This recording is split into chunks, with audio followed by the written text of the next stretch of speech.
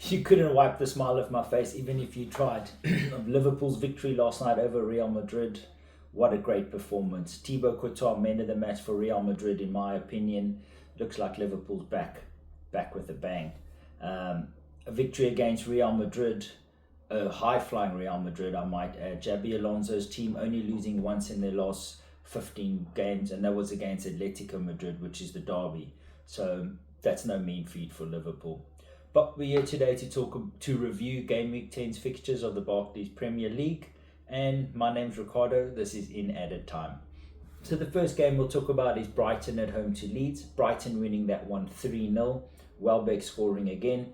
He's the most in-form English striker in the Premier League at the moment at his ripe old age. Leeds really need to start scoring some goals, otherwise they're going to be stuck in that relegation zone, and I can see them going down. Good victory for Brighton, and they keep moving forward. Burnley against Arsenal. This was a bit of a free hit for Burnley. They were never going to be judged against playing against Arsenal. Arsenal looking very, very good, winning that one 2-0. Gyökeres getting on the score sheet, which is great for Arsenal fans who were concerned if he was going to score. Even if he doesn't score the goals, he's definitely leading the line well and bringing others into play like Trossard, Saka, Eze, etc. Good win for Arsenal there. Next up, Crystal Palace against Brentford. Crystal Palace winning 2-0. Matete scoring again. He's in great vein of form. Brentford, I was expecting them to do a bit more. Maybe this was a stretch too far for them. Glasner's tactics that he used was very, very clever.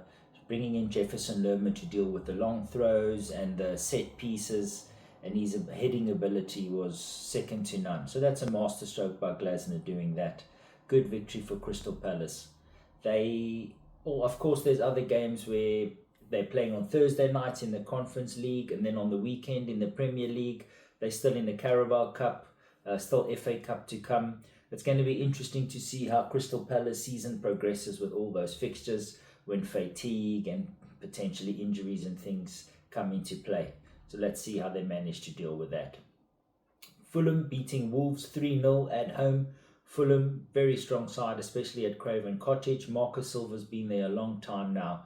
He knows how to get his team ticking over, and they play very good, especially offensively. Vito Pereira, on the other hand, getting the sack after this game. It's unfortunate for him. That's just Wolves, how they do things, where they keep selling their players, and it's difficult to build a team and to gather momentum. My tip would be Gary O'Neill. Hopefully they bring him back. I thought he was a good coach. He just needed more time. You look at the players that Wolves have sold over these past 3 or 4 seasons. Cunha, Traore, Podence, Mateus Nunes, Semedo, Pedro Neto, John Moutinho, Ruben Neves, João Neves. Pretty much a whole Portuguese team has been sold. They need to devise a way that they can hang on to their players if they want to stay in the Premier League. Otherwise, I tip them as favourites to go down along with Leeds and Burnley. Sunderland taking their place in the Premier League if they don't turn things around. Nottingham Forest played at home against Man United. That was a very exciting game. I actually thought Man United would lose that one with the Sean Dyche new manager bounce coming into play. But they were lucky enough to draw with a late goal, equalising them at 2-2. United had, of course, won the previous 3 games in a row. Everyone was expecting them to win again, but that didn't happen. This result, Forest could have won, but I think even though they got a draw, they played very well. And that's nice to build a bit of momentum for Sean Dyche's side. Spurs at home to Chelsea. Chelsea winning 1-0.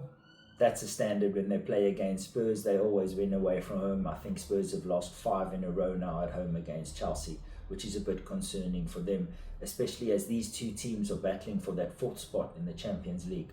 Well, that's what I believe. Liverpool, Arsenal, Man City, I think they'll be comfortable in the top 3 positions. And Spurs and Chelsea were the teams battling for 4th. And Spurs would have really needed to win that game at home to help them to aim for that top 4 spot. Last night, Spurs getting a good victory in the Champions League. If you haven't yet seen it, you need to go see that Mickey van der Ven goal. absolutely incredible, reminiscent of Son's goal against Burnley, where he ran through the whole team from his own box. Pushka's Goal of the Year award already should just be handed to him. No one's going to do better than that.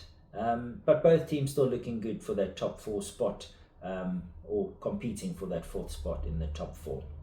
Saturday night's 8 p.m. fixture was Liverpool at home against Aston Villa. Liverpool were desperate to get a result, and Arne Slot did exactly what I wanted him to do from weeks ago. Stick to the team that won you the league last year, or as close as possible, and he did that. The midfield 3, so solid. McAllister looked good. Gravenberch looks very, very good. He makes such a big difference. He's fast becoming my favourite midfielder in the world at the moment. The way he can turn on a dime, he runs through the midfield with the ball, he can glide, he can finish goals, he can assist. Very intelligent player. Still very young also. He's 24, 25 years old. He can stay at Liverpool for a long time, and he could win lots of trophies. Emre's tactics, however, was a little bit interesting. I see him as a great coach, but everybody was playing long balls against Liverpool and finding success with that. He decided to play out from the back, and that was a big mistake. Liverpool pushed them high, Martinez assisting Salah for his goal, and that's where the mistakes came into play. Of course, on the weekend, Liverpool play Manchester City, and that's on Sunday. At that point, Arsenal would have played, and if Arsenal win their game, they'll be 10 points ahead of Liverpool, 9 ahead of Man City. And so I think on Sunday, if whoever loses that game between Liverpool and Man City, they could be out of the title race.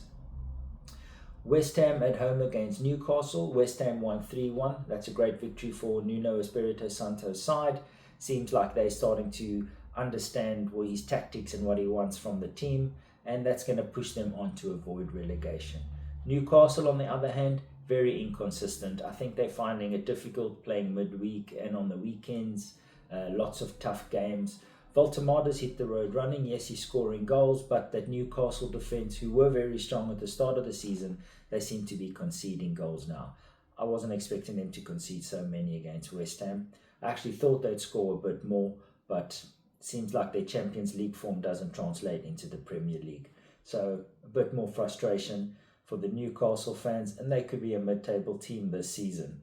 Maybe they have a Champions League push. Manchester City against Bournemouth.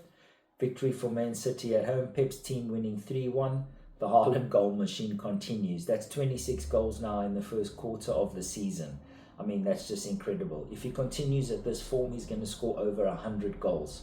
That will be the greatest goal scoring season ever that I've ever seen. Certainly, I wasn't around to see Pele play. Not a train smash for Bournemouth, however. They're still thereabouts in the hunt for those Europa League spots.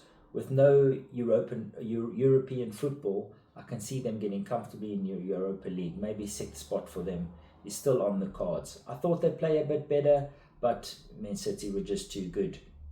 The tactics by Iriola, having that high line, that didn't work so well. Just small little balls in over the top for Haaland to sprint away from the defence, and if he's one-on-one, he's scoring. So maybe Iriola will have a look at those tactics going forward. And then the last game, Monday Night Football, Sunderland against Everton. I'd actually predicted Sunderland to win 1-0. It ended up a draw, 1-1, with Granit Xhaka scoring late on. That just shows the fight and the resilience in the Sunderland team, especially at home. They're going to stay up. I'm quite confident of that. They've amassed a large amount of points already and currently sitting fourth spot for a championship team. That's just incredible. It was a very cagey match, but Sunderland's fighting spirit came out in the end. So that's it. That's my review of Game Week 10's fixtures. Tomorrow or Friday, I will release the video for the preview of the Game Week 11's fixtures on the weekend, highlighting 2 of the games that I think will stand out. One of them most likely will be Liverpool versus Manchester City. So I hope you liked my review from the weekend's fixtures. Please give it a video a like, share it with your friends if you enjoyed what I have to offer. And that's it. Take care. Stay safe.